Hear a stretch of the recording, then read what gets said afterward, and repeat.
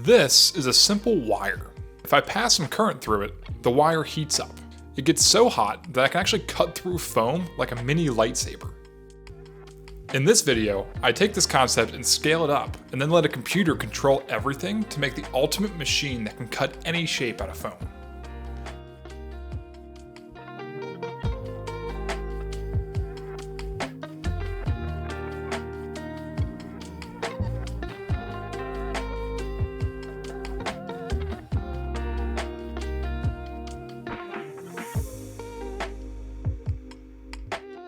Now, this is actually the second DIY hot wire foam cutting machine I've made.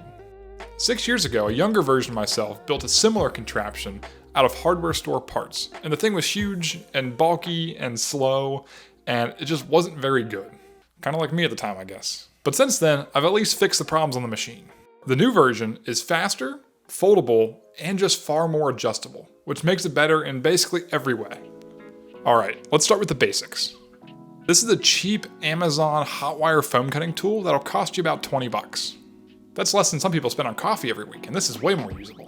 Anyway, this thing uses a cheap power supply to provide current to a thin nickel chromium wire, and the current is adjustable using this little slider. And that's very important. If the current's too high, the wire gets so hot that it just annihilates the foam, and leaves a pretty nasty melted cut. If the current's too low, it doesn't really get hot enough, and it just kind of suggests that the foam moves out of the way, and it makes it really hard to cut, the wire bends, and it's just not good for anybody. So you need to find the sweet spot of current kind of right in the middle of those two. With this manual cutter, the way you control it is by pushing it or pulling it in the direction you want to cut. You would think that with a straight wire like this, you're kind of limited in the shapes you can cut to just stuff like squares and rectangles. However, that's not really true. By twisting and skewing the angle of the wire, you can actually cut some pretty complicated shapes. The catch is, controlling this is a little bit harder than it looks. It's especially hard because I need to scale this thing up to be much larger to cut large wings for RC planes. And that is where my computer-controlled version comes in to save the day. This machine has 4 individually controllable linear axes, and they all move simultaneously. All these degrees of freedom allow the machine to cut wings with twist, taper, and dihedral, or all 3 of those things all at once. This means that it can cut some pretty complex looking wings. Each axis uses a NEMA 17 motor and an 8mm lead screw, similar to what you'd find on a vertical axis of a 3D printer. The 2 horizontal axes ride along a 40x40 aluminum extrusion, which is sort of the backbone of this whole thing. And this can be easily extended or shortened depending on the size of the wings you want to cut. The vertical axes also use V-wheels to ride an aluminum extrusion. This is all very 3D printer-esque, which makes the parts for it very easy to find. And if you already have a broken or old 3D printer lying around that you don't use anymore, then congrats, you're halfway to building this thing already. I'll put a full parts list in the description below, as well as a link to free STL files, so you should be able to find every file you need to build this, all for free. However, if you want to support the channel or modify this design anyway, I'll leave a link to my Patreon where you can find the full parametric CAD files for this project, and then you can alter them or change them however to best suit your needs. Now, one of my biggest improvements in this design is this vertical axis carriage. These are the things that the wire actually attaches to. These actually hold the wire, and this sounds kind of simple until you realize that as this thing moves, the wire needs to be able to change length. To solve this, there's sort of a buffer of wire that hangs out in these pulleys on the sides of the machine. On the end of the wire, there's a lanyard clip which actually acts as a constant force spring, sort of like a measuring tape. This means that whether the wire is extended or not, it's not exerting any more force. It's the same force the entire time. This keeps the tension perfect regardless of orientation, and lets the wire effectively change length on the fly. I'm really pleased with how this part of the design works. My previous solution on my old machine was just a rubber band, and that did not work so great. On this new build, I also rethought how the current gets passed into the wire. Traditionally, you just slap some alligator clips on there and you're good to go. And that does work, but I think there's a cleaner way of doing it. I mounted the wires for my power supply directly onto the aluminum carriage. And then I used some tips, which are actually meant for a MIG welder, to pass the current into the wire. I was a little shocked, pun intended, that this design actually worked. I didn't know if the wire was going to sometimes break contact with the tip and then not be a steady supply of current, but this thing is meant for a welder, which supplies a lot higher current, and so these things have really had no problem, and it's worked really well. The MIG tip as well as the pulley system approach works awesome. You get an even supply of current, at any orientation, any taper angle, no matter how long the wire is. So I'm really happy with this part of the design. Very nice, if I do say so myself. If you haven't noticed already, this machine basically just uses a bunch of 3D printer parts. V-wheels, aluminum extrusion, lead screws, and a bunch of other stuff you probably have laying in some bin where you just have a bunch of abandoned projects. At least I know I have that bin. Besides these off-the-shelf parts, most of the other parts are 3D printed, so they're super easy to make. I printed most of these parts out of green PETG, and they've held up great. And this machine's actually 2 years old now, and I'm just now getting around to making a video about it, so that says something about my content schedule, I guess. And it's not good. But in those 2 years, they've done well. They've not degraded at all. They still seem pretty strong. They're not cracking. So I think it's held up pretty well. One of the parts that I didn't 3D print that's really important is the base of the vertical carriage. It supports the upright and allows everything to fold for easy storage. All you have to do is remove a couple bolts and the entire upper support just kind of folds down and makes everything a much lower profile so you can store it a lot easier. This is perfect if you have limited space, or if you're just bad at keeping horizontal surfaces clean like me, and you need your workspace for the next project. This base for the vertical axis and the vertical carriage are probably the hardest parts to make on this machine. But luckily, you've got some options. And to prove it, I'm going to make this same part 4 different ways. Your first option is just to machine it out of aluminum. This is what I did because I have a CNC router, and a lot of those hobby grade CNC machines, even the desktop ones, could easily make this part. This option works great, even though you kind of have to stand there and babysit it while it cuts, but you get a really good part when you're done. I use this same method to make the motor mounts, which is great because the aluminum pulls the heat away from the motors. Another option is you could laser cut this out of acrylic. This should work, but it does get a little tricky on the vertical carriage because you can no longer pass the current through the acrylic. The good news is laser cutters are a little more accessible, and a lot of times libraries and makerspaces have them available for anyone to use. And just because the acrylic won't conduct the current into the wire, it's not really that big of a deal. You could just put an alligator clip onto that big tip, and it would work just fine. The other option, since these are flat plates, is you could laser or water jet cut them out of metal. It's pretty affordable these days to get a service to laser cut parts and then send it to your house, and it could be either steel or aluminum.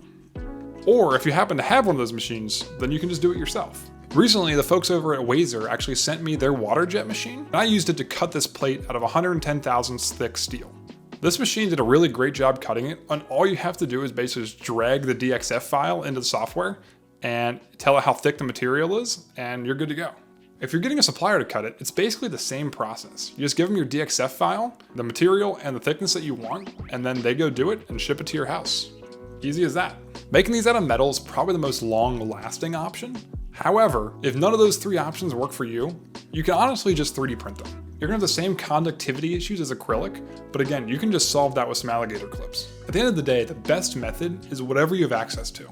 Don't let not having access to a tool or a process prevent you from building projects like this. Using metal parts for things like this is awesome because it's super sturdy and it's gonna last forever. But if you just 3D print it and then it breaks a couple months from now, you can just print a new one.